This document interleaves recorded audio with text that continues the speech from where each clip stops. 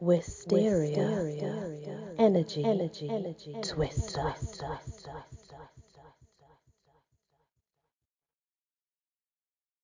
Hello everyone, welcome back to the Legends of Britany and the stories of Tristram. This is the next part called the Minstrels' Boon.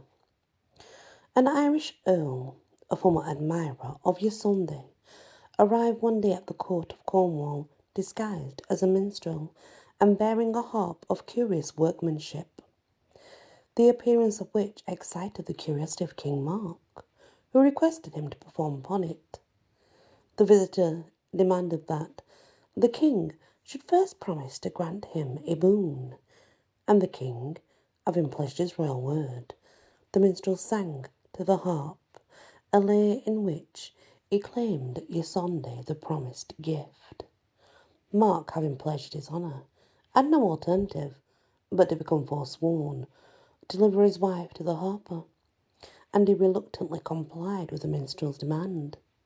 Tristram, who had been away hunting, returned immediately after the adventurous earl had departed with his fair prize. He upbraided the king for his extravagant sense of humour, and snatching up his rote or harp, hastened to the seashore, where Ysonde had already embarked.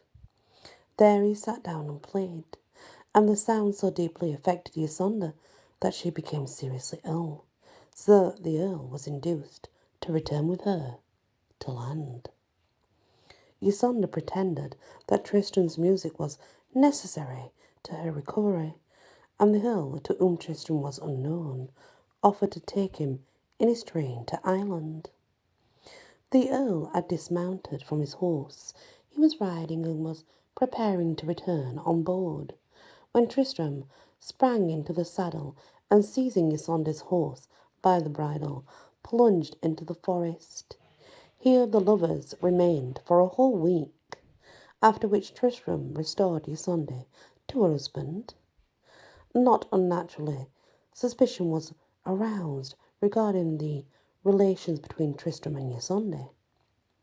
Murdoch, a knight of Cornwall, and an intimate friend of Tristram, was perhaps the most suspicious of all, and one snowy evening he traced his friend to Ysonde's bower, to which Tristram gained entrance by a sliding panel.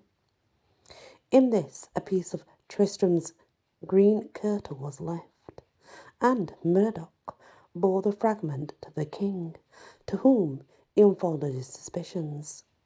To test the truth of these, Mark pretended that he was going on a pilgrimage to the Holy Land, and asked his wife to whose care she would wish to be committed. Ysonde at first named Tristram, but on the advice of Brengwain, resumed the subject later and found a mortal hatred for her lover, which she ascribed to the scandal she had suffered on his account. The fears of the simple Mark were thus lulled to sleep, but those of Murdoch were by no means laid to rest. On his advice, Mark definitely separated the lovers, confining Ysonde to a bower, sending Tristram to a neighbouring city.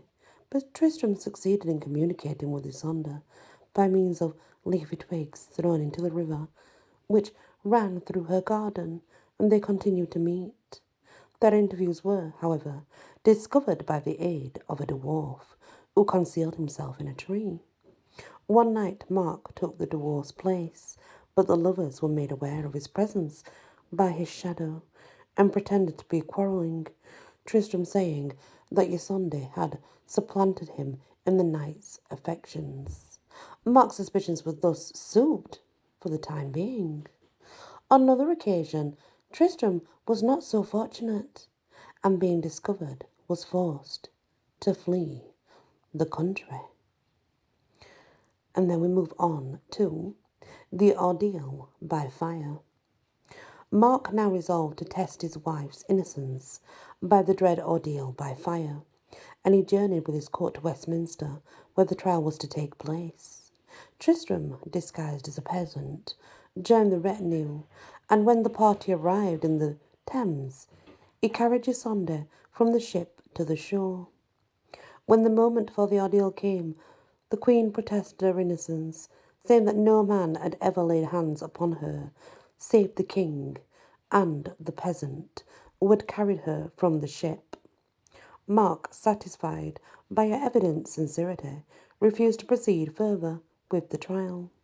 Ysonde thus escaped the awful test. Tristram then betook him to Wales, and the fame of his powers in that land came at length to Cornwall, so that at last his uncle grew heavy in his heart for his absence, and desired the sight of him. Once more he returned, but his fatal passion for Ysonde was not abated, and he became at length so grievous to the good king that he banished both of lovers from his sight. The two fled to a forest, and there dwelt in a cavern, subsisting upon venison, the spoil of Tristram's bow. One day, weary with the chase, Tristram lay down to rest by the side of the sleeping Ysonde, placing his drawn sword between them. Mark, passing that way, espied them, and from the naked sword, in fearing their innocence, became reconciled to them once more. But again suspicion fell upon them, and again Tristram was forced to flee. I will explain what's happening. It's like a love triangle. So Ysonde is married to Mark the king. Tristram is his nephew, and Mark fears that Tristram and Ysonde are having an affair. But every time he spotted them together, or one of them has been asked about it, they pleaded their innocence, and he has seen their innocence. For example, they were arguing the one time when he was hidden in the tree, and the other time when he found them in the cavern, there was a sword that lay between the two bodies, meaning that they couldn't be close together because the sword was in the way. So again, he thought they were innocent, and again took them in and carried on. But now he's back to being suspicious, so Tristram has had to flee once again. As you can see, it's like backwards and forwards thing, isn't it? Thank you for listening to this episode of Tristram's story. When we come back, we'll look at Tristram in Britanny. Many blessings. Wysteria. Energy. Twister.